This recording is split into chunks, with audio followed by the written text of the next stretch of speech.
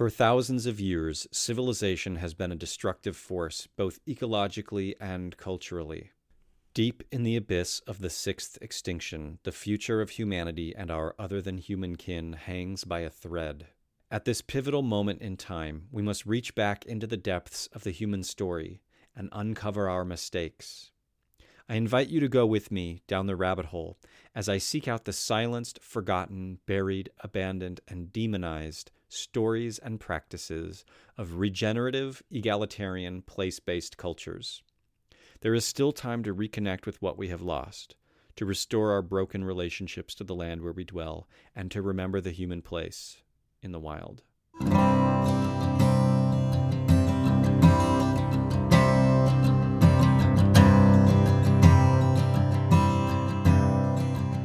Hello, welcome to the Rewilding podcast. I'm your host, Peter Michael Bauer. I'm coming to you from Portland, Oregon, the traditional territory of the Multnomah and Clackamas Chinookan people, as well as the Kalapuya, Molalla, Cowlitz, and many other tribal groups whom have lived here, subsisted here, and traveled here to trade and make their living since time immemorial. This podcast is produced in partnership with Rewild Portland, a nonprofit organization, and is made possible through financial support from our patrons on Patreon. Thank you. If you feel inspired by this podcast, please subscribe, share it on social media, and write a review on Apple Podcasts. The best way to keep the podcast going is to become a patron at patreon.com/Peter Michael Bauer. Sophie Strand is a writer based in the Hudson Valley. Her focus is on the intersection of spirituality, storytelling, and ecology.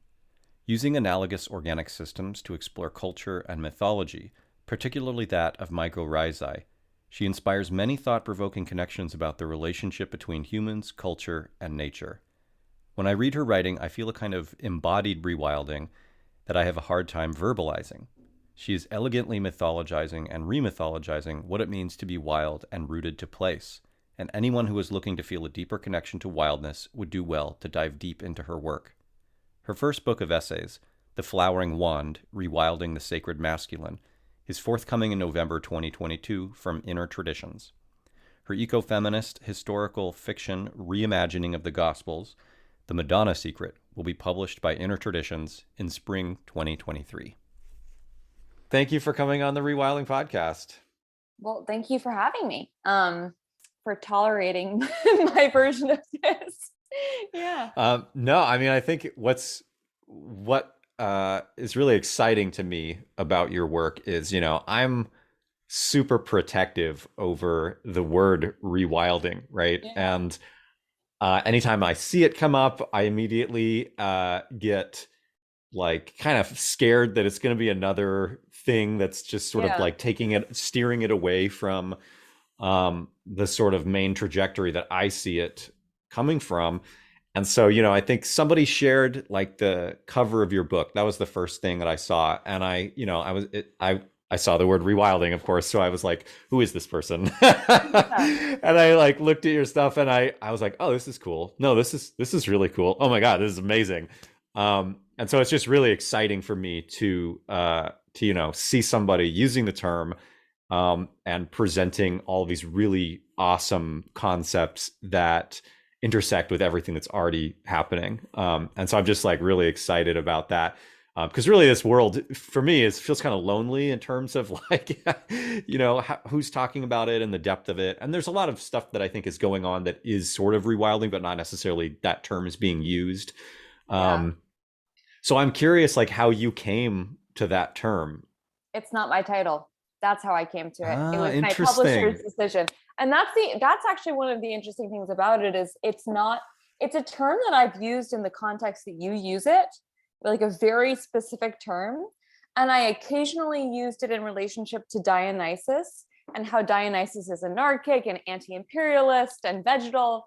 Because I always felt like those two things actually did map onto each other. Totally.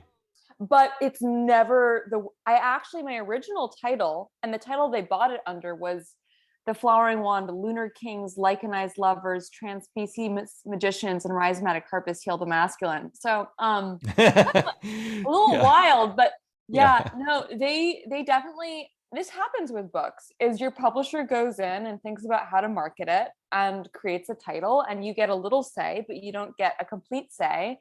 And that's the title they chose, to the subtitle they chose. And so I definitely, especially like Sacred Masculine and Rewilding, both of these are like very overdetermined, complicated, have a lot of different resonances. So yeah, I'm definitely sitting with that, and also interested to see how many creative people have showed up because of those terms. So yeah, thankful, but also cautious, careful. Awesome. Yeah, I interviewed an author early on in the podcast named Martha McCoy, and she wrote a book called The Caveman Mystique. And when I interviewed her, it's basically a feminist criticism of, or critique rather, of like paleo lifestyle sort of Yeah. the ideas of like cavemen and social Darwinism and stuff like that. And I titled the podcast "Rewilding Masculinity" because the book was really a lot Oh, like interesting. Yeah. Rewilding Masculinity, Yeah. and it's one of the most popular podcasts. And I think there's like a hunger out there for kind of understanding what that might look like. And Yeah. your approach was completely different um, the from the sort of critique version of what that was. So in terms of like talking with you, I'm really curious to sort of like continue that conversation and steer it in this other direction that I feel is more it's less about like critique and more about embodying those things. At least that's the sense I get from your work. Um, and so yeah, in that vein, I'd like you to, if you want to sort of explain a little bit about um, I kind of want to start super basic and just say Okay. like um to you, why is mythology an important avenue for exploring these concepts? So I'm actually just reading the author Sean Kane. He's a mythologist, friends with my other favorite mythologist, Robert Bringhurst, who is the main translator of Haida folklore.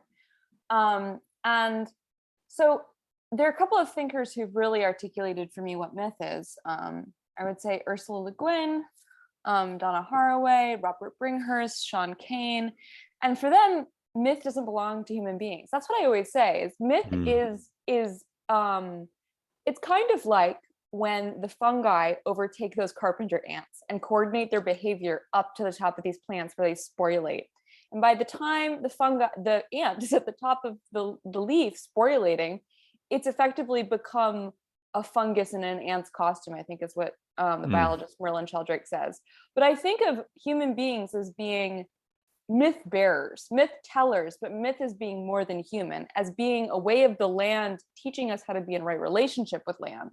And so when a myth is functioning in a correct way, in a like in a rooted situational way, it tends to teach us how to, not overextend our appetites, not impinge upon other populations. It teaches us how to be in right relationship.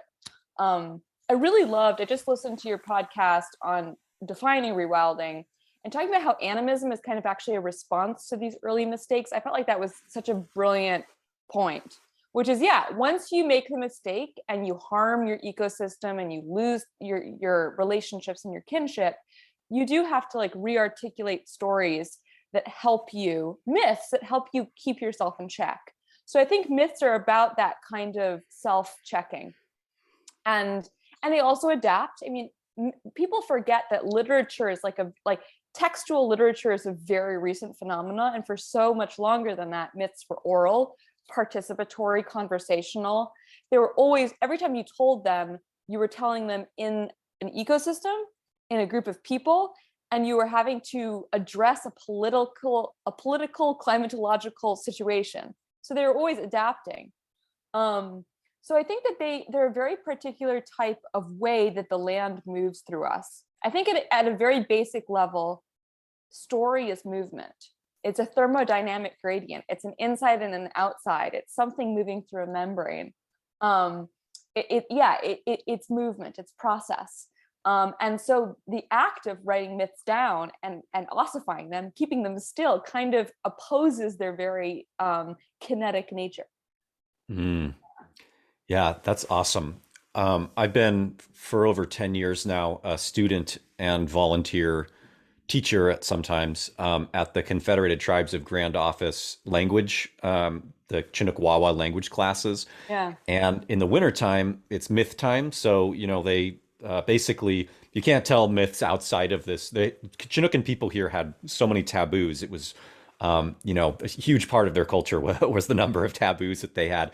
But one of those, you can't tell myths outside of season. So, and their season wasn't designated by, um, literal moments or like Gregorian calendar type thing, right? The season was related back to what was happening ecologically. So you had to stop telling myths, when the first frogs started croaking or whatever, right? And you could start telling them like after the last salmon run or whatever, right?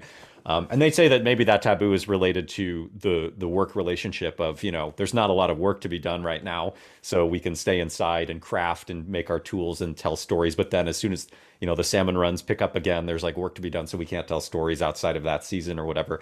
But they say if you do tell stories outside of that season, that you'll get stung by an insect or a bee or something, right? So there's like this incentive not to do it as part of the taboo. But in learning those myths about this place, it's interesting because I've learned so much more about the history and connection of the people here, and then also and like ecological knowledge that's like stored in it. And one of the examples is I did a translation of a story called Raccoon and His Grandmother, where this is like a pre during their like pre-people time, it's like when the animals all were sort of shapeless or like sort of humanoid formed, but without any particular markings or anything. So in the story, it explains how the raccoon, I can't actually tell you the story because it's beyond, the first crogs are croaking already. So we're out of myth time, but I can tell snippets of it. One of the instances in the story is that the raccoon is running from his grandmother and she hits him with a firebrand, is what they call it in the English translation, but it's essentially like a stick that they use to tend fire or move things around on fire. So it's constantly has like a burning end, and she like beats him as he's running away, and so it makes these burnt marks all the way down his tail, and that's how he got the stripes on his tail or whatever, right? But there's ecological knowledge in there, which was funny because in this one version of it, I read like 4 different versions of it, and then translated one version from one particular ethnography. But in one of the ones I read, the woman who told the story had come back to the ethnographer years later and was like, I made a mistake in translating, in telling the story. Like there's a really important piece of knowledge that needs to get transmitted here. And one of the things, and it's just hilarious because the raccoon eats secretly, he's eating up all the acorns that are stored in their acorn pits. Like to leach acorns, they would bury them in the embankment and let the river water rinse them over the span of like 6 months and then come back and dig them up later. But he's eating them anyway because he's hungry and he just wanted acorns. So he eats all 5 of their acorn pits and fills them with his poop or whatever, like to make them look filled again. He just like fills them with poop. And that's like what the written down version of the story was. But in her, she was like, I've made a huge mistake. It's really important that I correct this. And the correction was that he filled them with diarrhea. That was like the thing, right? That was the huge mistake. And so, but she didn't explain why that was such a mistake, right? So I brought this question to the tribe when we were sitting there, and there was a lot of knowledge around, collectively, not just with tribal members, but participants who eat wild food and stuff, right? And we're like, why would this be an important thing for her to correct? And we're like, well, it wasn't time yet, right? Like the acorns hadn't finished leaching, so they were still full of tannins. So they gave the raccoon diarrhea, right? Yeah. Like, yeah. and so there's this element of like being readiness and eating things beforehand and stuff. But I think one of the coolest parts about learning the myths or being in the culture of the people that tell them is that if you read something like that out of a book, sometimes the story doesn't really make sense. Like I've read like, No. coyote tales, and I read them and I'm like, this is kind of almost, it just doesn't really make a lot of sense. And so there was this instance where they're like, okay, these different animals are traveling somewhere and something happens. I don't remember exactly what it was, but I was like, why is this happening now? Like, what's going on? And they were like, oh, well, what do you mean? And I was like, well, this instance is just weird. I don't understand what this particular thing means or why this is happening. And they're like, oh, they're in canoes. And I was like, oh, what? And they're like, yeah, they're in canoes. And I was like, but it never says they're in canoes. And they're like, yeah, it's just assumed because that's how people traveled. You should just, but like people would just know that when they were telling a story in the olden days or whatever, right? And so it's interesting how much like context is missing from a lot of these written and out of, and myths that are taken completely out of their time and place. Anyway, I'm just including the ones that inform our entire culture. Yeah, I mean, on in a very modern way, we kind of fetishize indigenous myths. We deracinate them, we make them very cute, we take them out of their context. So they're not like providing us contextual information about like, when do you actually harvest the acorns, how do you prepare them, how do you honor the land when you take them. We're not getting that information. We're just getting like, oh, look at this animist fairy tale, which is really totally problematic. When the truth is that you should really like go to the land, read the mythology there, talk to the actual language speakers, understand the things that have been lost in translation. There's most of our myths are deracinated. And then it's like taking a tropical plant. This is what I think about. It's like taking a tropical plant and like putting it, which I've done recently. So I've actually done this, is I like loved this bromeliad and it did not thrive in my apartment. And I was like, of course, why did I do that? And I mean, the biggest problem is taking these Mediterranean myths, deracinating them, translating them through the language of the empires that suppress them, and then trying to pretend like they'll keep working across the globe, across many different ecological zones for thousands of years. That's crazy. There's totally, no ecological knowledge in there at a certain point. It's just arbitrary abstraction. totally. So, as your focus, like who is Dionysus? What culture is he from? And like why? And this is a huge, I know this is like your Yeah. main thing, right? So, but why start there? Like why center on that figure? Well, it's And actually where not my main, it wasn't my main Hmm. focus, but it was, here's what it was. I was always really interested in how this rabbi who has like a very short ministry and then is murdered, like barely develops his message. Like, you know, in terms of actual rabbinical practices, he had just recently broken with his teacher, John the Baptist. Like he had just begun to formulate his own message and he's killed. Like, why does that glimmer of knowledge attached with this kind of fetishized violent assassination become so dispersed over our globe? So I was very interested in Jesus and Rabbi Yeshua and trying to go back and looking at what happens there that sporulates in such an insane way.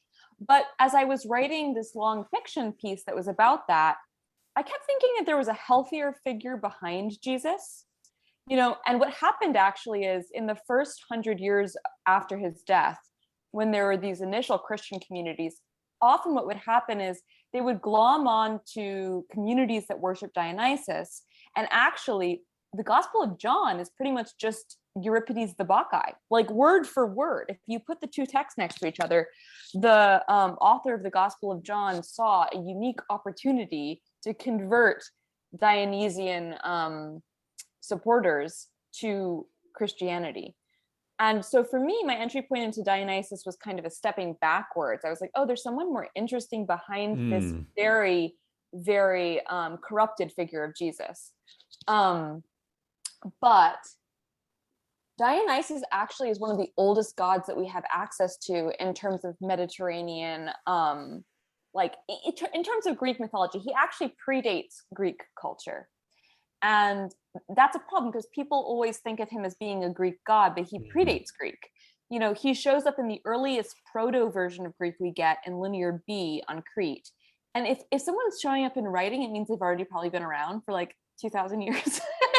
um, so he's very, very old, and he's associated with the bull gods. And some of the earliest legends that come to us, he has bull horns, he's an animal. He's also always referred to as a daemon and not a theos. He's never a Hmm. god.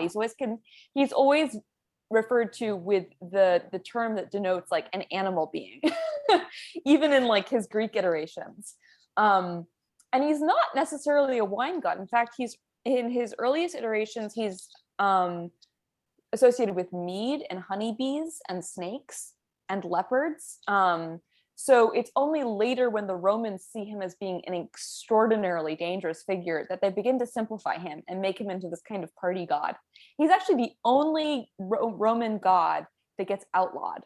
He's seen as being so dangerous that he's outlawed. And that if you really want to worship him, you have to pay like an extraordinary fee of money. It's Wow. fascinating. That is fascinating. Yeah.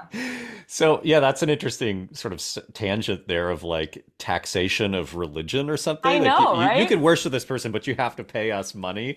That's so Yeah. bizarre. It makes me I'm think of sure like we the have weird. some iteration here. Like, what would that be in our culture now? Can you think of Well, I any? mean, yeah, I'm sure there's some. Uh, I don't know.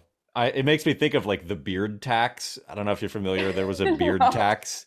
I, it was basically like a way of, again, like making men shave their beards in order to fit a more sort of like less barbarian, more Christian, looking presentation, right? There was like a tax on beards. If you want to have a beard, you have to pay a tax. I was always joking that that would be a great thing for, Portland hipsters to have a beard tax here for to raise funds for the arts or something. I don't know. I'm just joking. I hate taxes, but It would be the um, same in the Hudson Valley. It's like everyone moves up from Brooklyn, and then like what yeah. they do is they buy Carhartt from my friends who've broken them in on farms. That's the Wow. crazy. Oh And my then they grow God. their beards. Yeah. Amazing. um, cool. So in terms of, I think one of the interesting things too I found in your work is just the examination of Christianity. I'm not a Christian. Uh I don't know what I call myself anymore. I used to jokingly call myself a nihilist determinist animist. Wait, can Nothing I matters. pause? Everything is alive. Can I Yeah. ask? Because this is something I'm Yeah. very curious about. What is your cultural, religious, spiritual background? Like, how do you end up here? And like, what Okay. comes along with you? What travels Yeah. and what doesn't travel?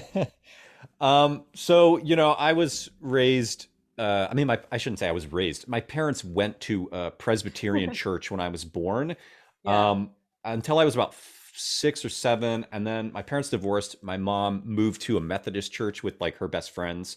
And their children were also my best friend, and so I went to that church as well. But I remember just like sitting in like Sunday school at like 5 years old, and people like explaining Jesus and God, and me just being like, no, like, Yeah. no, not for me. This doesn't make sense.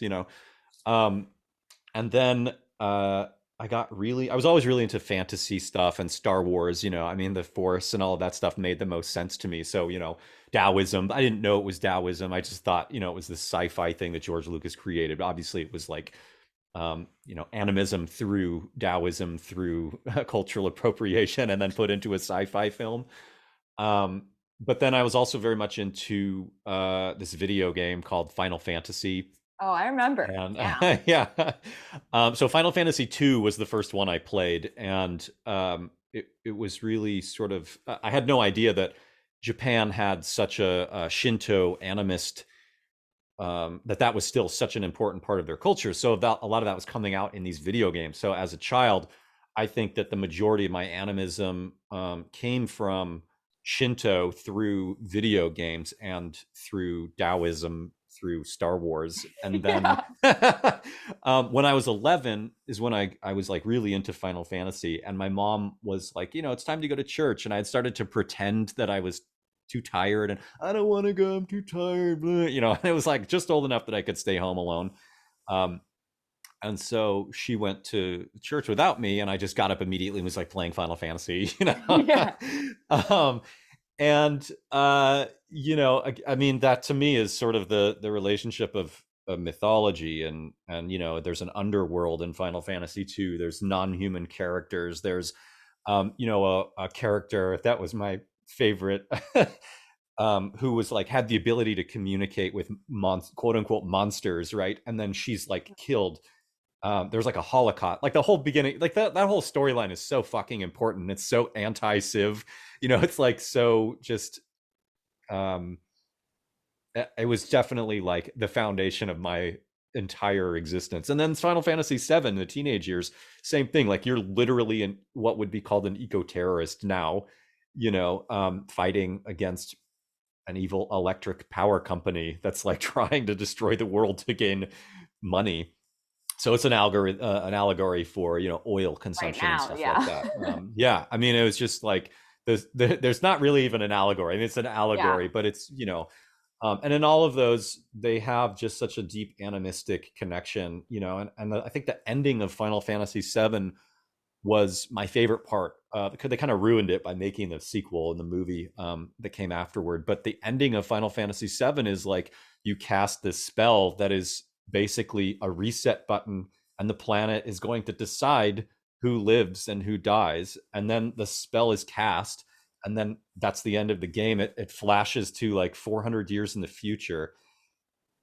um and there's like everything's, the main city of Midgar, which is literally taken out of Norse mythology, um is like overgrown with trees, and you see one of the characters that you've had that's a non-human character that's like this cool um animal that can use magic, that was like you rescued from an experimental laboratory, where so it's also like against animal testing, um and they're an endangered species or whatever. Like you see them running with like pups, because they're a species that lives like 500 years or something, and they're like old now. And you see them running with like pups, and they like overlook this like overgrown city, and then it just kind of fades out from there. And it's like, you don't know, did humans live, were humans part of the post-apocalypse, and I just thought that that was like such a beautiful like rewilding. The city's is covered with trees, there's no more like city there, there's still living things, and we don't know the future of people. Did they live through this apocalyptic event or not? Or and then in the sense of like, did the quote unquote planet like choose for them to stay, is I think one of the most important things for me in terms of thinking about our role on the planet and our relationship. And does it even matter if people exist, as long as like life continues? What's does it matter? And so there's kind of like all of that stuff wrapped in there. I wouldn't say that I rejected Christianity. It just was boring, and I never got into it. Yeah. It's just that, and that's the thing. Like video games were more exciting; they were engaging. It wasn't just me sitting there listening to a boring person talk to an audience. I was in control of the characters. In a sense, it's like a contemporary form of mythological enactment, right? A And ritual storytelling, yeah. enactment. Yeah. Yeah. So it's this combination of those things, even though it's not like place based. It's imagine it in the imagination, it's still place based in that sense, right? So I wasn't Yeah. actually engaging with my place, but then it made me want to do that. And so when I was like 12, I would go on. I was in the Boy Scouts, and we went camping every weekend for my entire teenage years, and it completely saved my life. I mean, that's where I was like sitting at the top of mountains, like feeling the force, right? Like that was how I was Yeah. interpreting it. Um, and so, I think in my early, it's turning into a very long explanation, but I I'm turned enjoying to, it, yeah. I turned to a lot of like Native American animistic religion or philosophy or spiritual practices. And then I became really sort of disenfranchised with a lot of those. I think a lot of the groups that I was a part of were, I think, even though a lot of them were collaborating with particular native people, it still felt like a sort of disconnected appropriation. Yeah. Like doing a Lakota sweat lodge in the Pacific Northwest, it still wasn't connected to the actual land. It was sort of Yeah. a pan Indian kind of stuff, which is still in a way, connecting, but it's not planting. It's not like, to me, ritual should first and foremost be actual land tending. It should be the actual enactment of subsistence practice in a place. I think if you're not practicing subsistence and you're just doing the spiritual components of it, it's sort of hollow in the end, because you're not actually engaging with the land in a physical way. To me, the sort of dualism of spirit and physical, I don't believe in that. I believe that they're interconnected. So if you're just doing spiritual practice that's not actually tending land, then um, it's not rooted, right? Like you would say, it's not Yeah. like racinated. And so that to me is where real, not, I don't know, I want to say real, but like where place-based connection happens is from the place, which is, again, I think why so much of your writing has resonated with me, because it's the things I've come to understand and feel so deeply myself. I particularly liked your comment about or your essay on ancestor, like you don't need an ancestor house, like your body is literally the ancestors, and it's not just like, and I love that, because it's this my friend Jason, who I just my latest podcast on overpopulation, he has an essay called Matters of Ancestry, where he talks about different indigenous perspectives on ancestry. And I really feel, he doesn't get into this per se, but I feel like the hereditary form of ancestor worship really comes from people who are sedentary and have a kind of entitled relationship to particular places. So they're hereditary, essentially assets that are handed down on a hereditary basis of land tending practice, is where the sort of genetic or blood quantum, or all the different ways that we translate property rights, essentially how we hand them down on a hereditary basis. I really think that's where a lot of the ancestry that we think of today comes from. And it doesn't come from thinking about the fact that every cell in my body is made up of the food that I'm eating and the air that I'm breathing. And so it's literally made of of non-humans, right? Yeah. And then we also have the genetic components that do come from our hereditary lineage. So it's this weird sort of amalgam of both. And yeah, your essay on that really resonated. So, I mean, I don't know if that's sort of, I turned away from a lot of those spiritual practices, and just let's sum it up. I turned away from a lot of that stuff. And now I feel like the best way to connect to a place is by literally being integrated and involved with it, and not an observer, and to actually be growing things and eating things and killing things and being a participant. And that, to me, is where a spiritual practice is going to emerge from. The more I can engage with my place, and the less I can basically get food that's grown thousands of miles away. Exactly. I mean, I think sometimes recently people have been asking me for exercises or things they can do. And I want to be like, it is very simple. I'm sorry, it's not sexy. It really is just get to know the wild foods, get to know the things in your area. What do they need? What can you feed them? How can you feed yourself? I think the thing about a lot of spiritual, I really like what you said. It's there's no difference between mind and body. So if your spiritual practice is just on the surface level, it's never putting down roots, you're never going to get any sustenance, and you're never going to risk being changed. And I think that there's something kind of very cautious about a lot of ritual these days, or a lot of rules, or a lot of things you have to buy. But there's not a lot of risk.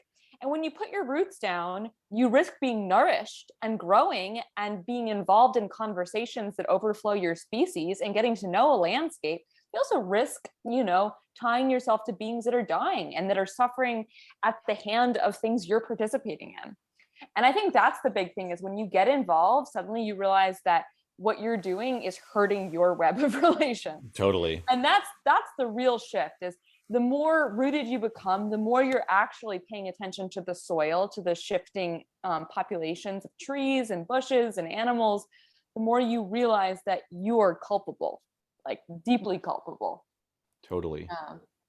So how does this relate to masculinity? Oh man.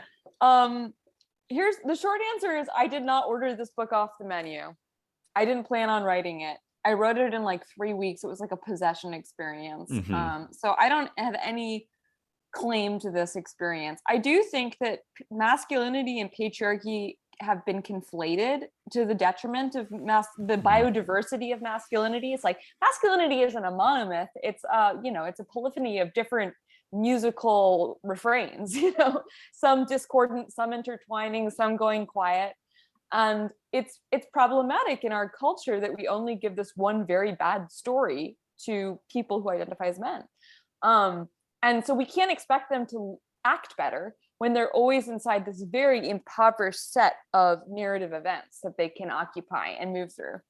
So I was thinking okay, this is new. So there has to be older stories that are more interesting. And it's not about going back and fetishizing them. It's about going back with a modern compost, ecological science, poetry-based approach and seeing if we can make something new sprout. I've been thinking about our culture like a gut that's been like, our whole culture is antibiotic. Our whole conservation approach is antibiotic. How can we manage things? How can we get rid of those bad species and keep the good species and maintain this like fictional apex ecology? Like it's totally made up. And I was thinking about, all right, I'm losing my train of thought. I get so excited. That's my problem. Oh yeah, the gut biome. So our culture is kind of like this gut that's been subjected to this antibiotic approach, to this approach of negation and cleaning up again and again and again. And when you do that, you leave behind too much real estate for a narrative pathogen, which is patriarchal capitalism. And the issue is you don't want to kill it off. You just have to add more onto it. So my attempt in this book at using all of these different stories is to kind of shove patriarchal capitalism into the corner where nobody is listening to it. And I came to this idea because there's this one figure who's very prominent and men seem very attracted to him, even men I love, and it worries me. And he seems to be very philosophically and morally flabby. Like his arguments seem to me to be like obviously very bad. But does he have a very interesting way of talking? Yes, he does. But here's the thing. I realize that I can't blame people I love for gravitating towards this perspective because there aren't a lot of other ones. And when you don't have a lot of options, you tend to order the only option. So the issue is not trying to like get rid of this person, but to offer a lot more available stories. Yeah. Yeah, that's awesome. So I guess then, I mean, that this is one of the reasons why this is exciting to me too, is because of your focus on Dionysus and the fact that it's essentially a rewilding role model in a way. Yeah. So tell me how you see that sort of connection there. Okay, so for me, Dionysus is always anti-civilization.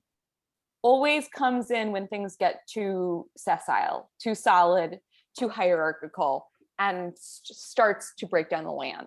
I see him as that eruptive mushroom force, that land energy that comes to check you and to shake things up. It's kind of like what you were talking about in Final Fantasy. Like when the Dionysus character comes in, it's going to choose who gets to live and who gets to die.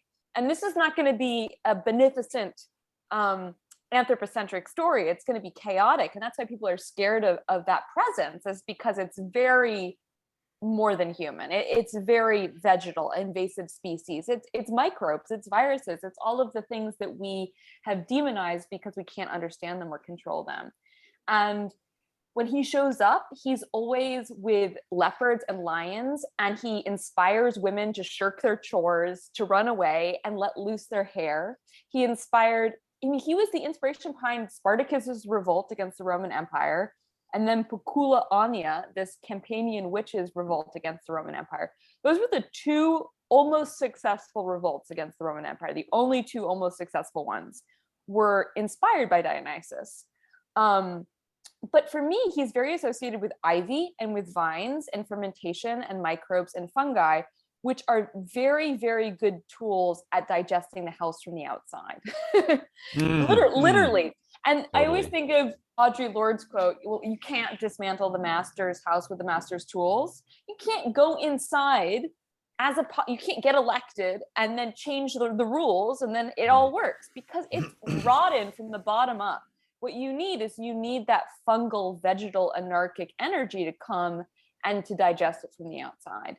And so that for me, although I do think that I don't want to have this kind of homogenizing universal idea of what that looks like, I think what Dionysus teaches us to do is to look to our situated locale and ask what species offer that tool. What species can we wed ourselves to that are teaching us how to do that? And for me, locally, it's the mustard greens because everybody hates them. And it's the Yeah. knotweed because everybody hates the knotweed. So I'm trying to like really think alongside these beings that people hate because they seem to make our daily Yes. life difficult. Yes. Um, Totally. yeah. Yeah, I mean, I think that's another reason why it resonates so deeply with me is because I've been weaving with English ivy as a basketry material for, 10 Huh. years. And so when you're saying that he's associated with ivy, I'm Oh like, yeah. I can feel sort of like I'm tearing up a little bit, being like, oh my God, this is so cool. I don't know. There's like some deep Yeah. memory thing of like these kinds of connections I think that are happening. Um, it also makes me think about, in my book Rewild or Die, I wrote this like tiny little chapter called Superheroes versus Rewilding. Yeah. um, this was before like the Marvel movies, or before all of the movies, the Marvel craze, I should say, right? Yeah. But one of the things that I was talking about in there has how most of the villains in the superhero movies are actually just like elements of nature, Yeah. and the superheroes are essentially afraid of elements of nature, right? I mean, you think of like the best example of this is the Batman, right? Who's like both a billionaire and the military to protect his own wealth, right? He's like a crazy Yeah. vigilante millionaire who could just like eliminate crime by like stopping being a billionaire and just like give people resources Yeah. of Gotham or whatever, right? And then you have the Joker, which is essentially like a tornado coming through and destroying all of the system that's built up for it. And I jokingly say to kids, when they ask me like, "Who's your favorite superhero?" I'll be like, "Oh, the Joker is my favorite superhero." That's And they're so like, funny because that's "What?" one of my main inspirations behind this is the Dark Knight.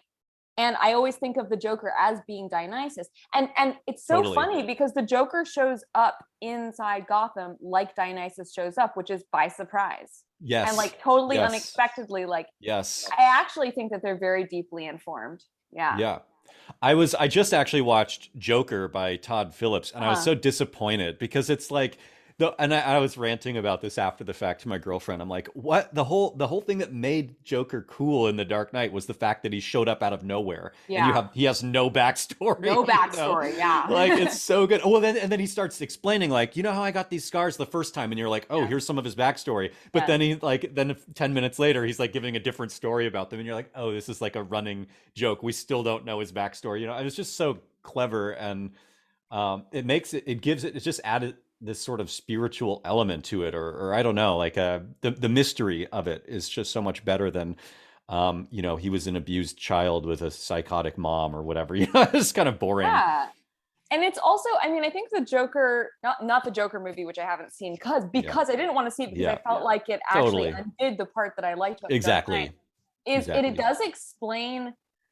I'm really interested right now in how we actually cannot foresee the dramatic supervenience effects of emergent systems in our climate. And if we look backwards, we see that incredibly intense change can happen within like 10 years in ways that our climate models can't predict.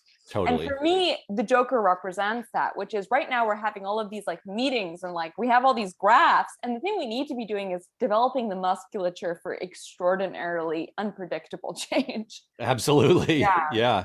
Yeah. I mean, that to me is in essence rewilding, is like Yeah. figuring out what are the most adaptive systems and then trying to replicate that adaptive system as much as possible. And in order to actually be adaptive, you have to be wild. The sedentary fixed realities are the ones that are fragile and shatter when they're, Yep. put under pressure. And so the fluid systems are the ones that are going to be the most wild. They're the most connected to those transformations. Um, I also think about, you mentioned pathogens, and I think about the latest Marvel, the Avengers series with, Yeah. the whatever, Thanos killing half of the population, right, 50% with the snap of his fingers, and how a lot of people like equated that with fascism. And what was interesting to me about that was that actually it was just random, right? He didn't decide Yeah. who lived and died, which is what fascism is. Yeah. He was more like a literal pandemic. I mean, the Black Yeah. Plague killed 50% of people in People, Europe in 4 years. so many people. Yeah. Yeah. And so to me, it's this interesting thing where it's like civilization has created all these myths about resisting wildness so much because and fearing it and I think even creating fear around it rather than embracing transformation. I really, it comes back to the sort of constant conversation of like fear of dying, right? And like Yeah. this quest for immortality or something, rather than becoming an integrated part or seeing yourself as a part of the ecosystem that doesn't really die in the sense when your body dies. I think that's totally this weird element of the mythology of civilization, is that separation between um, a person's individual self and their ecosystem. Like the fact that there are people who, there were particular groups of indigenous people that just like killed themselves when approached with civilization. Like in South America, there were different groups that were like, our time is done here, we're going to just like become other plantimals, other plants or animals, and Planimals. I think about like plantimals. Yeah. Yeah. I'm talking fast, so I'm screwing up my words, but just and that's maybe just some random thing, right? Like I don't want to like use that as some example, but just the idea of like how integrated into your system or your perception of yourself and your community and your environment to just be willing to just pass your life and become, you know what I mean? Like Yeah. there's also, obviously that could be connected to also like religious cults that like kill themselves to go to Halley's Comet or whatever, Yeah. the spaceship on the comet. But just the sort of like deep connection to their place and story, and not seeing their lives as this need to be immortal in the sense that we think of individual immortality as being alive in the singular body that we do, and the fear of death that is sort of created. I don't know where this is going, but No, this is what I think about all the time. I mean, it, I've been thinking about a lot. Donna Haraway talks about like the forced life. Like there's forced death and there's forced life. Like we force animals that don't want to live these terrible lives to be killed. We force these lab rats to live. We force people to stay alive, have babies they don't want to have. You know, I think of us as being an incredibly death obsessed culture who never actually want to integrate death. But we totally. create a lot of death. And then, one of the things I was thinking about is COVID's killed a lot of people. We've killed a lot of people. And where do you make the agential cut about like who's the murderer? Like, Totally. and it seems as if COVID has settled into populations that were inordinately burdened by imperial pollution and oppression beforehand. So it seems Exactly. that they flow into the valleys of this oppression. They show up in the places where we've created death, and that's where they sediment. So I mean, that's the thing I think about a lot is like how we create death and then we never take responsibility for it. It's like how we think we can throw things away. We think that we're not connected to our shit. Like once we like, Totally. flush it down the toilet, we're not connected to it anymore. I think about excrement a lot. And oh, really? And its Yeah, association. no, it's awesome. We never bury our own shit. And because we don't bury our own shit, we don't realize that we're going back into the ground. And because we don't bury our dead straight into the ground and bury our own shit, we have this fear that there's never going to be a final embrace. It's just going to be blackness. But when you Totally. begin to think of the matrix and the matter as being holding you, and as death being the moment not when you stop being alive, but when you overflow into more life than just one. You become maggots, you become bacteria and beetles. I mean, I'm reading this great book. I don't know if you read it. It's called Life Everlasting. It's about this biologist who studied death. No, I've It's never heard of it. it's good. It's very good. It's a little bit older, but it was talking about watching these squirrels, these dead squirrels he'd put out, and this particular type of dung beetle. What they do is they stand on the squirrel. One of them, they mate on it. Like that's how they mate, is they mate on these dead squirrels. Then they both carry it. They both get under it. The mating ritual is they carry the dead squirrel and they bury it together and they mate again. They lay their babies in the dead squirrel. So it's like death becomes like the home of life, Mm, becomes mm, the wedding bed. And amazing. how much sexier would it be if we could begin to realize that being a human is just one part of a long circular narrative we're part of. And it might be very exciting to allow ourselves to flow into the next chapter rather than getting stuck in this small, narrow version of it. Totally. I don't know. I wonder about this. To me, I feel like I have such a disassociation with life in not like in I guess what I mean to say is a disassociation with me needing to live. Like Yeah. and I think it's partly because of just how much depression I've experienced through my life and like contemplating suicide and thinking about death and killing myself so much that I feel like there's you know, I'm not like stuck here in this form. I'm totally willing to just go to another form, right? And I don't know if that's related to the inner feelings that I've had because of my, major depressive disorder, or if it's just like something else. But I feel like either way, there's like this lesson there of creating a mythology about being connected and being willing to transition to another kind of life and to not be hanging on to this one. Um, and I think that's actually served me pretty well because it's the reason why I also, dropped out of high school, ran away from home, and essentially became a rewilder in the sense of wanting to disassociate myself from civilization, like the willingness to abandon whatever the thing is that's not really working. And on some level, I think about that with my body, and I was listening to Cat Stevens yesterday in my truck, and there's that line where he's like. I can't remember it off the top of my head, but it's like, my body's been a good friend, but I won't need it in the end, And I was just like, that was like thinking about that a lot in terms of like your phrasing of wanting to end up as, compost or whatever, that you talk about that pretty regularly. Yeah, I don't know. I was just. Thanks for sharing. I mean, I think that I've also had pretty serious depression, so thanks for sharing. Yeah. I mean, paired with illness, it's always hard to know like which inflects which, and we also live in a crazy culture, so depression perhaps is like the most accurate response. Yeah, right, exactly. And I think a lot about how like, yeah, it's only initiation if you survive. You can't like say like, oh, this discomfort, this terrible experience was great, because some people don't make it. They do commit suicide. I mean, I've had like 5 friends in the past 2 years commit suicide. It is so fucking rough. There are people who do not make it across the river.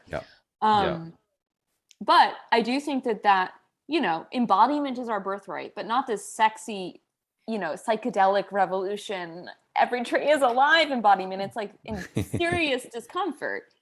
Totally. Like I've been thinking a lot about how like when you realize everything is alive, you get depressed because you realize how much is suffering right now. Exactly. And I think that it does kind of, it melts your ego, but in a way that is not in any way zen or fun. It is. Yeah. It's really like, it's almost like disassociation. It's like you flow outwards. You're just like, oh, I don't matter. I need to contribute to the general aliveness.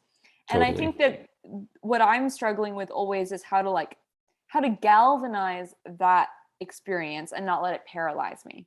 So exactly. Yeah.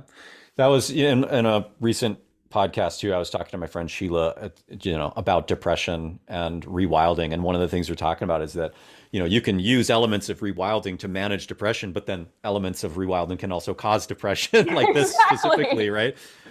So it's this weird, it's a totally sort of a weird situation to be in. Yeah. But I do think there are different flavors of depression. Like, here's what I've been thinking about. I had experienced pretty intense abuse when I was younger, and then was very ill later on. And I had a lot of survival mechanisms about not being in my body. And I think that I would always rather have the kind of depression that's about like when your leg wakes up after it's been asleep. I'd rather that prickling aliveness that's so uncomfortable than numbness. And I think that I've experienced both, and I would always prefer the agony to the numbness. Totally. Yeah, absolutely. Yeah. I like that metaphor.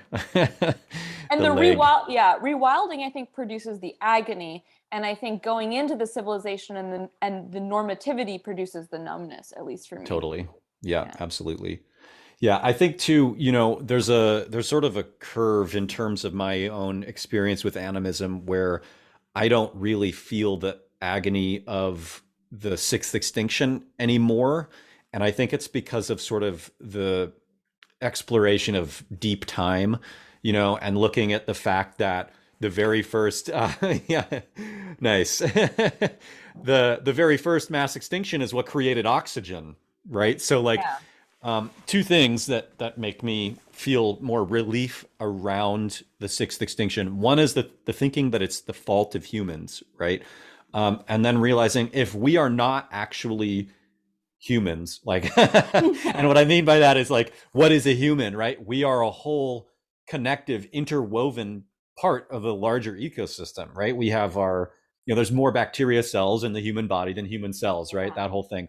So if we're more than what we call human, then it's not our fault per se that the sixth extinction is a fault of civilization, that the ecosystem itself created us. And in a sense, we're just, civilization could be looked at as a forest fire, as a destructive force that's just, going to lay fertile ground for whatever comes next. And in a million years, whatever conditions civilization created, all of the living things will get their turn to exist the way we're getting our turn because of the first mass extinction that created oxygen, or the last one that created the rise of mammals, um, that kind of relieves me of feeling that there's this fault applied to our species, right?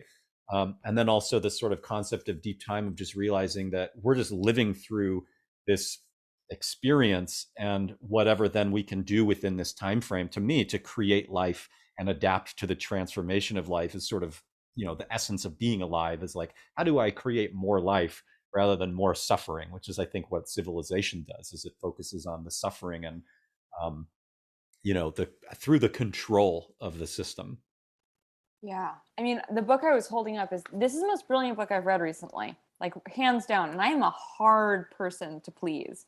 Have you heard of this? It's called Other Lands by Thomas Halliday. I've seen it come up lately, but I haven't actually read it Brilliant. yet. He's a paleontologist, but he's got like incredible scientific flexibility and like spiritual depth. He's agile. And he goes Hmm. backwards. He doesn't tell the story. It was such a great antidote to the dawn of everything, with this just anthropocentric, Ugh. forward moving. I Yeah, I can't stand that book. yeah. But it's such an antidote to that, because he goes backwards, and you lose the humans in the first chapter, and you forget about humans so quickly. You also forget about human narratives like conflict, enemies, predators, like that disappears so quickly. And then you move through so many extinctions that you realize this is just part of the oscillation, and that differentiation and complexity and novelty are because of extinction events. Totally. And it's these moments, that these bottlenecks where real explosions happen. Yeah, it definitely, like, I find it very comforting. I find deep time very comforting. I think that's like what I pray to, is deep time. I Mm. mean, another thing that I think about is like, we're so fixated on gender binaries and like these like classifications we have. Yeah, for 200 million years we were like asexual bacteria. You would have to think that like lives in our consciousness. Like, maybe like all of this like identification as non-binary and trans is like actually our birthright, and probably has been around for much longer than these dualisms. Yeah. Take that, Jordan. Ah!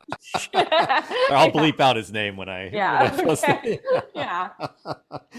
Yeah. No, I saw a thing where he was talking about how lobsters are hierarchical and we're derived from them on some, genetic thing, and that's why humans are innately hierarchical. Anyway, it's just some absurd thing that, anyway, makes me think Oh of man. that. It's looking at ancient If I was Cersei, I would turn him into a lobster and keep him in a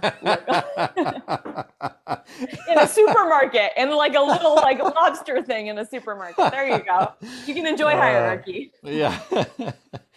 Yeah, I'm curious if you want to talk about the I really like your approach too to talking about masculinity and femininity, queerness, not as these binaries, but these symbiosis between different organisms. Yeah, I mean, I've been thinking more. I love Rupert Sheldrake. I love everything he's ever said, pretty much. Like, I like put him on, like listen to an interview, and I'm like, ah, yes. But I really love his idea of morphic fields, and about how morphology, shapes actually come into being through these shared intelligent fields that we're all inside of.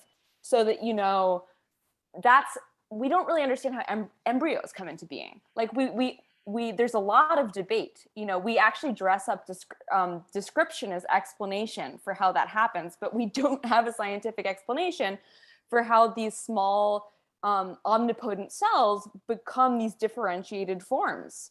And it's not DNA. DNA is actually an incredibly passive thing. Richard Dawkins is like almost an animist in the way he talks about DNA. Like he's ascribing all of these capabilities to it that it doesn't actually have.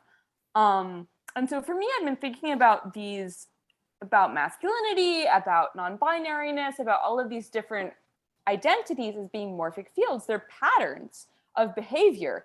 And these patterns of behavior, just like us, evolve over time and they change. And the more certain behaviors exist within them, the more likely they are to occur. And so I think that we can think of masculinity and femininity as being these patterns of behavior, these morphic fields that we're inside of, but they're malleable and they're changing and they overlap and they're contingent and they're in no way dualistic. Yeah. What do you think about like the connection between masculinity, femininity with like estrogen and testosterone and those behaviors being in some ways related to hormones? I think that if you look at non-normative bodies, they're always experimenting with hormones. And as someone who has a genetic disorder and has a non-normative body, and then this condition, which is supposedly super rare, is occurring so much more now, and I have irregular hormones, I think that maybe there's, we think of ourselves as being as static beings, but we are experimentations. We are, we're becoming. What, I always think of like, I always want to say to people like, when was the last monkey and the first human? Like, can we like make that divide? When did we become human? where do we draw the line? So what are we becoming right now? What kind of hormones will live in what we become? I'm not sure. I do think that, we are instruments being played by microbes, by chemicals, by hormones, and they do seem to inflect our behaviors. But culture also inflects our behaviors. And it's the meeting of the two. It's the alchemy of the two that can be violent and also very creative. Awesome. Yeah, absolutely. Makes me think of like, for a while, I was really delving into toxoplasmosis and like wait, what do you know about this? Because I love cats and I grew up with cats, so I'm like kind of hesitant to even make eye contact. Yeah, I mean there's some really fascinating studies done on people with toxoplasmosis. They're sort of like big data kind of studies about like the behaviors of men and women. And I don't know how, these, I haven't looked into it in a decade, but I was obsessed with it for a short time when I read like an article with a scientist who was doing all these big data studies on it. But at the time, what they were suggesting was like men with toxoplasmosis become more antisocial and women with toxoplasmosis become more outgoing. Just weird things like that. Around the same time, there was that new information coming out around the flu virus where they were realizing that prior to showing symptoms, when you're just initially contagious, you become more social and you want to interact with social people. And it's a way of the flu virus hijacking the body to spread itself. And it's like, of course, right? So it makes me, which is really funny because I had actually already figured that out just in my own body from my lived experience, where I'm not a super outgoing person, but I would have this like, just this like deep urge, like I've got to go out tonight. I've got to go out, like I've got to go drinking. I want to go to the bar. I want to go hang out with people and be out and I'd get like really fucking restless. And I would go out and then like 2 days later, I'd just be like sick, and eventually, I mean, it happened like pretty regularly in my early 20s. And I always just was like, oh, that's interesting, and then eventually I was like, this has to be a thing, And so the next time I was like, I feel super social right now. I was like, what if I stay in and I just see, like, does this mean I'm going to get sick in like 2 days? And sure enough, like, yes, that this like restless thing. Anyway, but with toxoplasmosis too, I have a friend who's like, he thinks that, potentially the origins of civilization out of the Fertile Crescent, have to do with toxoplasmosis or, he was like, just think about it. They worship cats. They built a sphinx, the Sphinx is like a giant cat, like, and I just love that idea. I don't think it has any real, love it. I mean, yeah. I love silly theories. I love also, my favorite thing at a dinner party is to like to graft myself onto a silly theory and see how far I could get people to go with me. Yes. Yes. I do very personally believe that we are fermented beings. We are a fungal story. I mean, there are like millions of species of fungi, so it's not there are many different fungal stories, but I do think civilization may be a fungal story.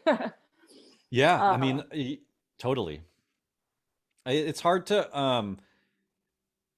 separate again. Yeah, it's hard to separate yeah. ourselves out from anything. I really push back against the concept that plants domesticated people, because Oh, of how I define domestication as a yeah. particular sort of relationship. But that's not to say that there aren't influences on domestication and Oh, our relationship through all those things, right? I don't think this is a domesticated thing. And I also think people give plants too much credit. Plants don't actually Totally. do as much as we think they do. I'm a mycophile. Plants didn't even know how to have roots until fungi taught them how to have roots. And most of their adaptive chemical protections they produce, they learned from the fungi that they're mutualistically involved with. So I think fungi have a lot of ways of not domesticating humans, but partying through them. It's kind of like, I Hmm. think it's less about domestication. I think it's more like they wanted to throw a long party. Hmm. Yeah. Yeah, that was actually one of my I'm not a person that subscribes to the psilocybin human evolution theory, Oh my God. but Yeah. but Yeah. I do love that as a potential Yeah. idea, and it's something that I love to think about. And Yeah. I was actually really that was one of the things that I found kind of annoying in Graeber's and Wengrow's book was like they just dismissed a whole bunch of things that are fun and may Yeah. not have like a huge backing, but also it was just I mean they also dismissed things that are Huge. very have tons of studies and backing behind like they Yeah. anyway I don't even want to get into that whole thing, but I I know. just love the idea of I mean the fact that psilocybin can make new great brain cells grow, like there's just all kinds of fascinating things around that that may or may not have anything to do with our quote unquote consciousness, but are still fascinating just in regards to how our bodies respond and relate to fungi. Yeah. I know. Although, I mean, it's so interesting. I do think that we've overinflated the amount of, it doesn't actually seem like European people ingested psilocybin quite to the degree that we think they did. Um, yeah, it's interesting. Have you read Shroom by Andy Letcher? No. It's a really interesting book about Mm, civilization, debunking these mm, myths about ecology. It's a good one. awesome. Cool. Um, but I do think that there's something about, I always think about how grasses are also a relatively new vegetation. Like, and I'm not saying that grasses domesticated us, but there does seem to be like they have a new agenda. Like we have some new players come on the scene. We have some new fungi who come on the scene. Um, we have some new grasses. Yeah, I don't know. And they all start to Yeah. party with us, and we Mhm. think we're getting the good side of the deal, but maybe we're not. Totally. Yeah. Yeah. I mean, even just the considering that grains, particularly grasses, create a dopamine, like a huge caloric dopamine response in the brain, could be enough to trigger a group of people to want to start to plant it. You know what I It's so mean? weird though. There's so I mean, this is particularly talked about in this book is like they're Mm, so hard to digest and to eat for animals. And it's really interesting how many animals learn to eat them given what a difficult food source they totally. are. Yeah. Yeah. And in I fact, mean, I'm thinking on my feet right now, but they encourage these intense holobiont structures. They encourage bodies with more than one body in them to break down grasses. Like grasses encourage a kind of symbiotic digestive approach. Yeah, yeah. that's my thought of the day. Okay. Yeah. Yeah. Yeah, I mean, and it makes me think too of like, the fermentation process of grains that humans had to essentially learn how to externally digest these Yeah. foods before ingesting them ourselves, right? I mean, the same is true of like, soy, for example, Yeah. was not something eaten by people. In order to actually make soy really digestible, it has to be fermented in the sense of like miso. Yeah. Um, Otherwise, you're getting all of the like phytoestrogens that are, around that are intentionally designed to make animals sick so they don't eat them. I know. Um, so it's just So much of fascinating to our think. yeah, so much of our food, I was thinking about this podcast that you did about rewilding, is like we've trained ourselves how to eat them. We're not really supposed to eat them. Yeah. I mean, and that's a sort of it makes me wonder how much of the human, what our challenge is as humans is how much capability we have to manipulate our landscape. And one of the things that I talk about with Jason and the population um, podcast is that any animal is going to grow to meet the food supply that it has available. So that's why ecosystems have diverse species, specialized species, is that they only have a few things that they eat, right? Like, you can go to the extreme, like a koala bear, all they eat is different varieties of eucalyptus, right? Um, and so you can't really have like a massive koala bear population explosion because the availability for the thing that they consume isn't also huge, right? But with humans, we figured out how to turn every living organism pretty much in our ecosystem into a food source. And so, that is where I believe actually that the concept of like animism and some of the cultural limitations to growth originate, is through this ability that we have to consume whatever, based initially on fire, rendering pretty much rotten meats, undigestible foods. You can pre-digest them with fire, and then fermentation came later with more sedentism and pottery and things like that. Um, anyway, yeah. No, it's just something, and I was thinking about this a lot. So I've been reading in this compilation of different ethnographic accounts of shamanism across the world, and then in different myths from different societies about taboos, and about how so many cultures and don't eat certain things. Like they have rules about things they can eat, and then they just don't eat them. And then I've been thinking about my own body, and my own body and my own health condition have made it like my diet is very narrow. And whenever I try and widen it, it doesn't. And I can problematize that. And I can also think that, like, there are animals that only eat like a fish and this type of herb. Like, maybe I'm Totally. experiencing something that's actually a little bit more legitimate. And that maybe taboos are in place as this kind of ecological check. Totally. Yeah. I mean, I think, even in basically, I think that the concept or the mindset of domestication, of being able to modify our environments, um, has led to the creation of cultural limitations to growth across the board. And I think it's been something that all human cultures have been grappling with for a really long time. And of course, growth can outpace any kind of cultural limitation because we're biological beings. So we're just doing this biological thing, and we're having to culturally impose limitations, which I think is not something that ever was done before. But this is one of the reasons why I'm super interested in Christianity and other religions around the world, is because, I've talked to theologists. Next up on I'm going to be talking to two friends of mine that are Christians in Portland that are rewilding.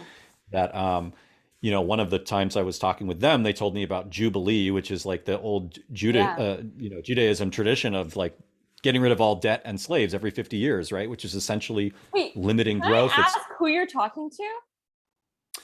His name's Eric Clark and Solveig.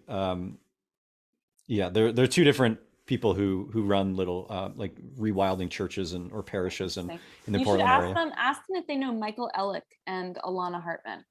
I bet they do. I've heard both of those names. Because I was like, I know Christians who are rewilding Christianity in Portland. So Oh, okay, yeah, those names sound familiar. So maybe I'm connected to them too in different ways.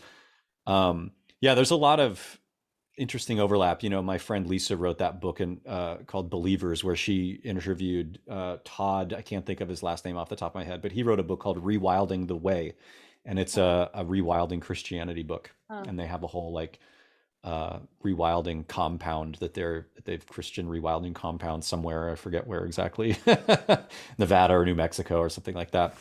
But I'm very curious around all of that stuff, which is one of the reasons why I'm super interested in your work too, is that, on one level, for me personally, I'm one of those people that's just like, I'm going to abandon this and go do my own thing over here. But when you do that, you lose all of this. People are like, oh, in particular, white people, I think, white people don't have culture or whatever, like all these things. That's not really true. And if you have a solid base of a mythology that you grew up with, that's intrinsic to your moral, and cultural history and ancestry and stuff, the ability to see that as malleable and transform it into something, to me, anything can be rewilded, right? If you have the Yeah. lens of rewilding, you can look at any particular thing. And while rewilding Christianity is not my thing, rewilding is my thing. So if I'm, Yeah. every component, everything about it is what I'm interested in, especially like even masculinity. Again, that's another Yeah. reason why I'm interested in your work, is this idea of, I've never really felt strongly called toward any kind of masculinity. I'm still subjected to the cultural norms that have been ingrained in me. I still feel, predated on, I should say, in a way, by the sort of mainstream concepts of masculinity, even though I, in a sense, reject them, and only now through your work and some other people's work am I starting to kind of explore that as another realm of kind of rewilding, right? Um, anyway, I'd like to rope this back into um, kind of moving forward. So you wrote this book. What is like, where is this taking you? I mean, I'm hypergraphic, which is like people say Stephen King has it. I just write a lot. So I wrote this book a year ago. I've already written two other books, and I was trying to sell another book before that, which is my eco feminist retelling of the Gospels, which is this historical fiction book. So I got so many books in the cooker. I think the big thing for me is that books are these solid objects, and you want to offer them because you want to offer your thinking, but you outpace it the minute. Like I think I was sending off my manuscript to some people, and I was looking at it and I was like, who wrote this? Like, oh my God. So I think that you have to accept that you've written something, that it is a glyph of a certain moment, that it represents it. It's like a fossil, and other people may find it nourishing, but you have to keep moving. Right now, I've been writing a lot about microbiology and somatics, and just trying to like create a new kind of ecological storytelling for myself, a way of looking at concepts using everything that I have at my disposal, like science, philosophy, the animal encounters that I have, weaving it all together in a kind of experimental way. But my real hope is my real love is storytelling, like long format epic stories. Like I mean, I wasn't part of the Final Fantasy generation. My uncle was, my younger half uncle was, and a bunch of my family friends were. So I'd like sit there and like watch it. Like, so I like, you were describing it, and I was like, yeah, this is like flickering through my head in these like very weird ways. But I think that those stories were so attractive because they were epic in proportion. They created real worlds. They were peopled instead of this anorexic literature that's 200 pages long and has two characters. Totally. Exactly. And that stuff doesn't keep me alive. So I'm really interested in writing long format fiction, which is my book about the Madonna Secret about Rabbi Yeshua. Is like, it was 1,000 pages long before I edited it down to 800 pages. And it has like 400 different characters and like awesome. 800 different plans. So like, I want it to be textured. So the next long format project that I've been researching that I want to write is this being published, by the way? Oh yeah, next spring. Inner awesome. Traditions will be bringing out the Madonna Secret. Awesome. And it will get me crucified by the church, by the way. Like literally any Christian who reads it of any flavor may hate me. It's definitely like Jesus as Dionysus, not Jesus as Jesus. But the next thing I want to write is a queer ecological retelling of Tristan and Isolde, which is like kind of the story that predates the Arthurian myths. It's basically what becomes the Arthurian myths. And I've been thinking about like romance and how anthropocentric it's become, and how sterile. Like, can we explode the romance tradition? Can we have it flow into the whole landscape in a like really weird way? But I need to definitely live there for a while, like find a way to live there so that I can write it in a way that's rooted and not superficial. Yeah. So that's awesome. My long answer about all of the different projects I'm engaged in. Yeah. Are you thinking about writing another book? Well, a few months back, I was approached by a publishing company that was like, "We're looking at we want to publish stuff about rewilding, and you keep coming up in all of our searches." So, what do you think? And so I'm in the process of, Huh. I mean, I've always been working on a new book. I agree 100% about what you said in terms of like, I look at Rewild or Die, and it's not exactly a joke to me. I mean, I love it for what it is, you know what I mean? But it's Huh. also, I've just learned so much from them. I've changed my writing style. They were essentially short blogs that I wrote for a blog. It wasn't even really something that I wrote as a book format. So then when I Okay. translated it, it was kind of different. Um, and when I did a second publishing of it in 2015, I had like a whole disclaimer at the beginning, like, I've moved on. I don't fully agree, but blah, blah, Yeah. blah. And I don't know. I feel like I've been running these Rewilding 101 classes now for like 7 years, Yeah. and each one is totally different than the last. Yeah. And I feel like I have so much more flexibility and fluidity, and I can change it. And in a sense, it's basically an oral tradition style of the book. And Yeah. so people are, in my proposal, I'm basically going to write the book down of this class I've been running.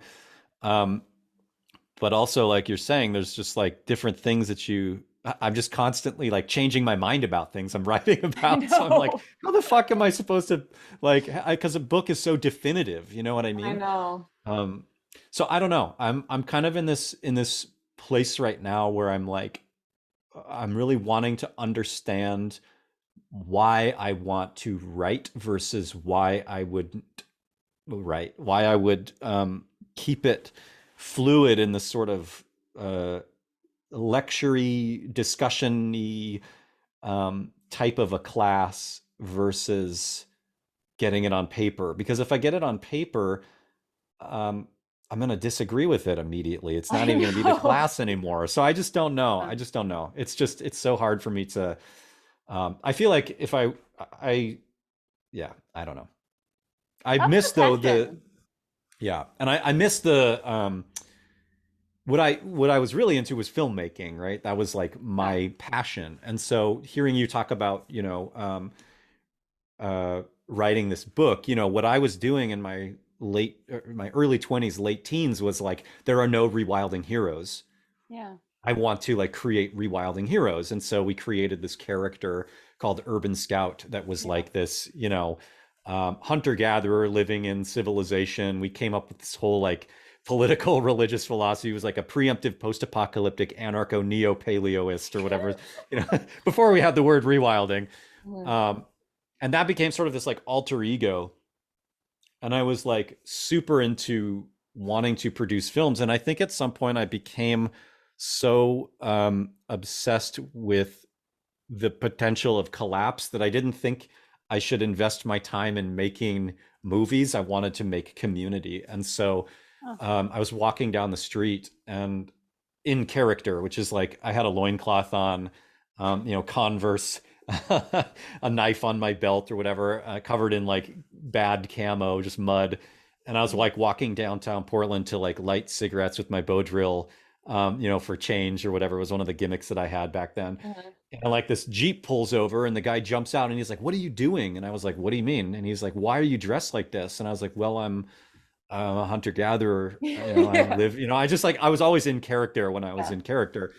And he was just like, "Oh my God, this is so fucking cool. Like, do you teach classes? Do you, Hmm. how do I get involved with this? I have to like, this is what I want to do with my life. And I was like, "Oh, you can find me on MySpace or whatever."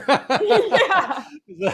In the movie, we like Urban Scout gets a MySpace created by a guy who had on a laptop at a coffee shop or whatever. So it's kind of like integrated into that. But he like drove away and he was just so like filled with joy. I just became like overcame with sort of sadness. I was like, this isn't real. And it was Yeah. great that I inspired this guy, but like I need to make this real in some fashion or another. Like I have to embody this. I don't want to just make this fictionalized character. I want to be this person and embrace it. And so I don't know, there's this like I still have so many film ideas and I write screenplays and stuff on, for fun.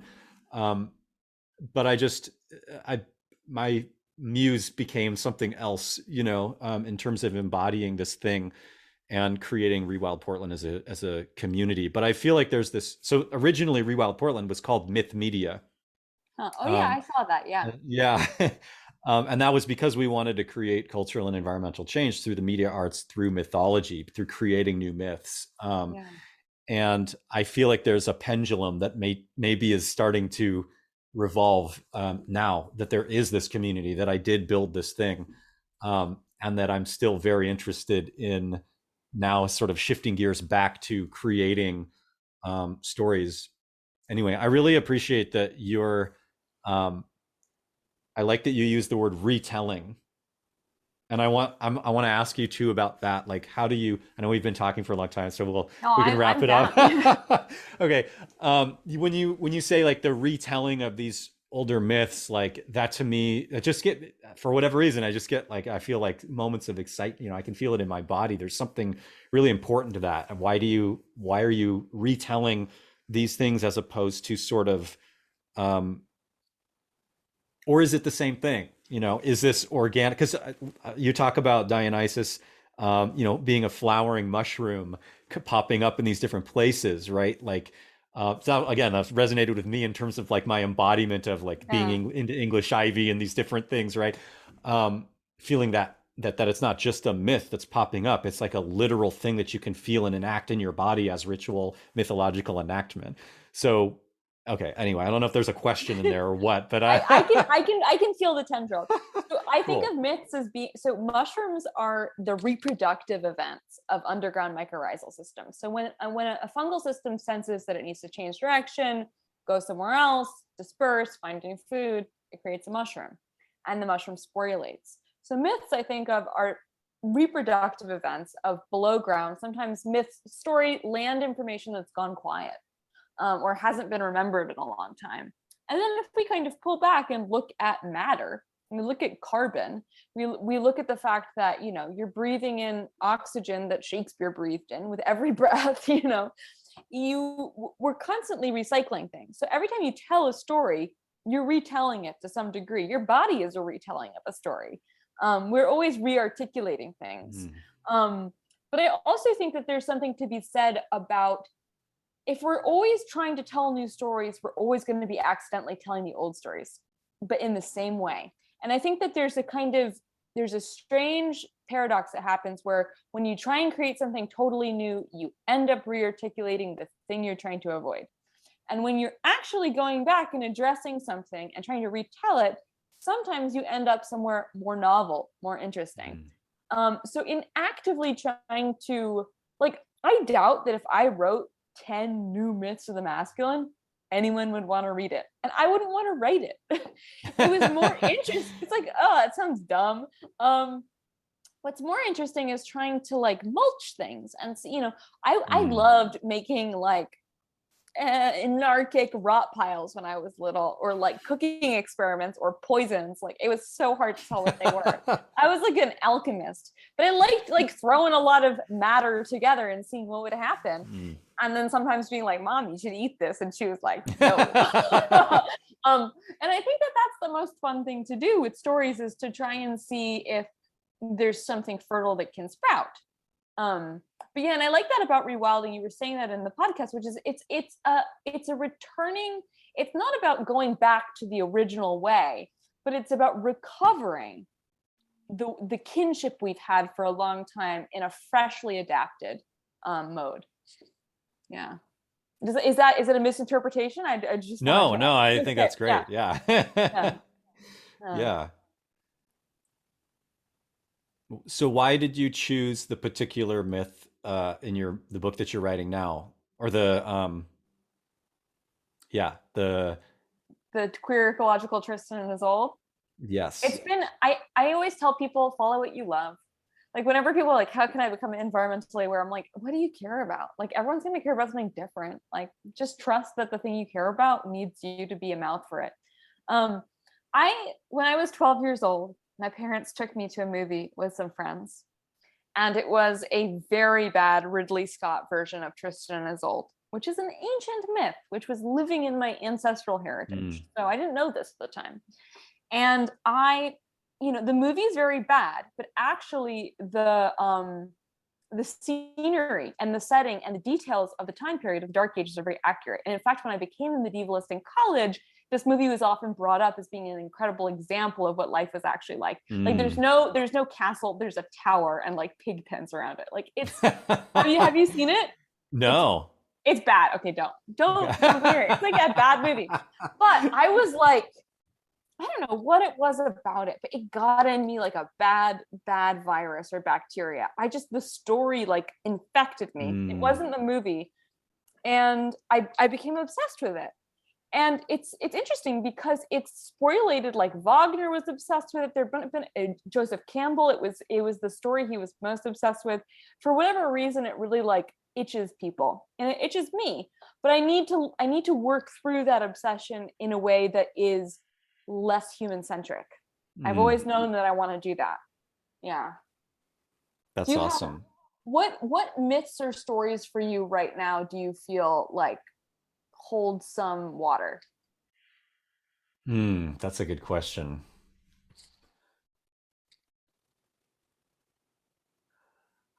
I don't know if there's anything new that I'm working on, or that I'm looking at in terms of story, other than just, some of the stuff that you've written about, or, I'm kind of going into the like, um, I'm delving into Christian stories and Christian figures Yeah. like Hildegard von Bingen. I almost said Blingen, which is actually Blingin', that's a yeah. YouTuber. Hildegard von Blingen is a YouTuber Yeah. that does like bardic, the bardcore craze from last summer or whatever. Anyway, that's actually how I found out about her. I was like, that's a funny name. That must be a reference. And I looked it up, and then I got a book about her. I haven't read it yet, but um, yeah, I think there's a couple of pieces of media that are Yeah. like in my top five, and I think That's yeah. my favorite movie is Pan's Labyrinth by Guillermo del Toro. Yes. Top Easily, 10. Yeah. easily Yeah. my favorite movie. And I feel like there's so many beautiful connecting elements to that story, right? It's about fascism, or not even necessarily fascism, but authoritarian government, authoritarian state, versus the anarchist, egalitarian people living in the hills. And then Yeah. meanwhile, there's this whole animist story happening underneath all of it, right? And I feel like, Yeah. again, the ending of that movie is similar to like the Final Fantasy VII ending, where it's like, what happened? I What know was real, exactly. right? And it's like both things could simultaneously be true, and one is tragedy, one is beautiful. And that movie is just incredible on so many levels. I love the magical realism of that movie, like, um, how much of it is her imagination, how much of it is like actually real, whatever that means. Yeah. I just love that so much. Um, I mean, there's lots of stuff. I can't think of anything off the top of my head. That's pretty Robin good. Hood. Yeah. Oh, Yeah. Robin Hood. Robin Hood is the best. Yeah. The And Fox, the Disney Fox version, though, I'm gonna call it. I haven't seen that one since I was a child. I should totally look at that. I think there's one version of Robin Hood that I really love, and it's the 1980s television series from the Oh, BBC. interesting. I haven't seen it. It's 2 seasons long, Okay. and it has like elements of like paganism and Herne the Hunter, and Yeah. that's one of my favorite stories, and in part because there's different historical ideas around Robin Hood, like, was it this guy or was it this guy? Yeah. There's like different interpretations. And in that, I don't want to I guess I'm going to give away a spoiler alert. I'm going to spoil something in Do that. it. But at the end of season 1, Robin Hood dies, and they're like, fuck, what are we going to do now? And they're like, this other guy's like, well, I'll be Robin Hood. And so it ends up like, then season 2, he's Robin Hood, and it incorporates both of the historical I love threads. that. And Yeah, that's how so many cultures believed in like mythic figures were not individuals. It was like a mantle you stepped into. Like the totally. Orphic Yeah. hymns were written by like Yes. hundreds of different people. Yeah. Yeah, there's theories around Shakespeare being like that as Yeah. well. Like Shakespeare was potentially multiple people. I've heard I've really dived into this. I do think that's a way of it's a classist, sexist Mm, thing that gets mm, done. And there is a really good examination of that. I do think they have shown that Homer was different people. interesting, huh? That's really interesting. It was Yeah, Homer. People yeah, would step into the mantle of Homer. Yeah. yeah, huh? That's cool. And it also makes me think of the dreaded pirate Roberts from Oh yeah. Princess Bride. No. Not that that's a fictional character, obviously, but Yeah, and then there's another Robin Hood. Again, it was like a video game. A Robin Hood, the Sierra video game Uh-huh. as a child. That was the first one that really incorporated like druid pagan sort of, I should say like neo-druidism, because who Yeah, knows I what the know. fuck the druids Yeah, actually were. I know. I've read lots of stuff about, potentially they were actually just the upper class of, it had nothing to do with spirituality or whatever. I don't know. I'm undecided on any of that stuff because it's so reconstructionist, but I love all of it, even if it is some of it anyway. Yeah. Me too. I Um, mean, it's always like how far am I willing to go down one rabbit hole? Did you watch The Last Kingdom? yes, it's a show like the Vikings The TV Last Kingdom, show. it was kind of about the Vikings and the Dark Totally. Ages in England, and like they had Yes. like all the Yes. Druidic stuff in there. Yeah. Yeah. Yeah. It's always interesting. Anything that's Vikings. I just recently came across the Nordic animism guy, Rune, Oh and I'm like yeah. obsessed Yeah. with his stuff right now. It's pretty amazing. Yeah. I just love that it's like, It's like not, yeah. go ahead. No, I was just gonna say it's funny. It's like a real lacuna in my knowledge. Like I really like don't know enough about that. That's a Yeah. place that I haven't gone. Yeah. People get I went down like a barbarian rabbit hole. I was always, from my early anti-civ days as a teenager, I was just kind of like fuck everything after the Neolithic. I'm not fucking I interested in the know. Iron Yeah. Age. I'm not Yeah. fucking interested in anything after quote unquote civilization. And then of course there's this sort of thing of like sort of hitting the ceiling of appropriation of Native American traditions here, and then being willing to sort of explore ancestry of European. Um, Yeah. and the person or the media that really got me into that was actually Terry Jones' Barbarian documentary, which Huh. later became a book. Yeah. Or maybe it was the other way around. But it's like a four-part series about all the people outside of Rome and what Oh they were up yeah. to. And it's really good. So I started doing like barbarian birthday parties where I was having friends come like dress as in your ancestral Uh-huh. clothes and bring like an ancestral meal or whatever. Um, and that was sort of when I started to understand that Vikings weren't really a thing ever. It was just like that's Yeah. what you just called like a raiding party, a Danish Yeah. pig farmers going on a raiding party every once in a while. Yeah. That was called going Viking, and it's not like the cultural romanticization and fetishization of violence and everything is just like what they did on weekends every once in a while. Yeah. And so much comes to us through Roman Totally. historians who are just trying to demonize people who are actually less violent than them. It's so interesting. Exactly. Yeah. Yeah. And then it's weird because then they end up fetishizing. They like accept the Roman myth, but don't Yeah. turn it around and recognize that it was like propaganda. Instead, they're Yeah. like, we're gonna instead of like saying, oh, this calling us super violent was propaganda, we're gonna embrace the violence as like Yeah. inherently part of ourselves, and then romanticize it or fetishize it. Super weird. It is a weird thing how cultures get um misinterpreted and then start to enact the misinterpretation. It's a very interesting looping that happens. Yeah. Totally. Like the horned helmets, even. I know. Or I mean, I think another thing that's interesting is the whole, speaking of Ivy, speaking of these figures like the Green Man, like a lot of like how much of the Green Man is real and how much of it is like Roman historians deciding that there was someone called Cernunnos and writing it down once, and then people deciding to believe the Romans about what they like. There's such, yeah, it's very Totally. interesting. Yeah. Yeah. Yeah. Are there any kind of like placed-based practices that you do in relation to the mythologies that you're like embracing and writing about and reinterpreting or retelling? Like, do you have, I mean, this is maybe the question that people, that Yeah. you already said, people ask you of like, what do I do? Oh, But do you it's have like it's a good practices? question. I mean, I think my practices are really, really simple.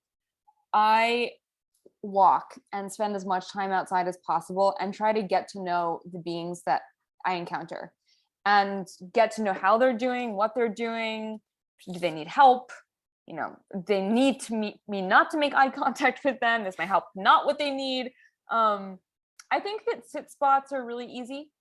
Just go somewhere without expectation, day after day after day, see what arrives. I also, this is like a prayer. This isn't really a land-based practice, but I do summon every morning with my like cup of coffee, every being I know, fungal, geological, human, non-human, indigenous, story, spiritual, like spirit, in a 10-mile radius. So that as I go throughout my day, I'm like, I know that I'm not just an individual. I'm a web of relations, and everything I do is like culpable. I also do, here's the thing that I think is most important. If you can grow your own food, grow your own food. And if you can make it into food and invite people to eat it with you, do that. I actually think, like, if you look at Jesus's teachings, his only teaching, the thing that goes back beyond the synoptic gospels to the earliest texts, is he had group meals. He shared group meals and everyone was invited. And I think that one of the most intimate ways you can get involved with your land is by finding wild food, foraging, going on walks, learning how to forage, learning how to tend land rather than dominate land. And then making that into food, like forage for wild mushrooms, make a meal, invite your friends, and then pour some wine out into the land and make sure that you're like completing the cycle. Compost. Yeah. Awesome. Meals, eating. And that's the thing. Everything comes down to eating. I mean, I was thinking about, I was studying symbiogenesis, and how our cells came into being was through one organelle, one ancient bacteria got hungry and tried to eat another bacteria and had indigestion.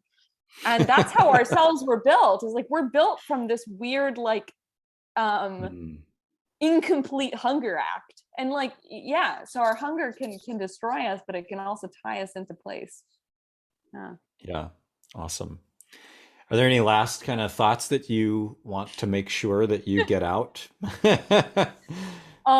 Two things. One, pre-order my book, Rewilding the Sacred Masculine, so that we can engage in capitalism. But secondly, I've said a lot of things here, and I'll probably change my mind in a couple of days. And I do think that the one thing about myth is that we should change our myths and change our minds, and we should constantly be dancing. So thank you for allowing me to briefly say some things that I will probably disown soon. Yes, well, me as well. Thank you so much for coming on the Rewilding podcast. I feel like there's so much more we could talk about. So we'll probably have to have another conversation. Yeah, I'm really looking forward to reading your book. And thank you so much for what you do.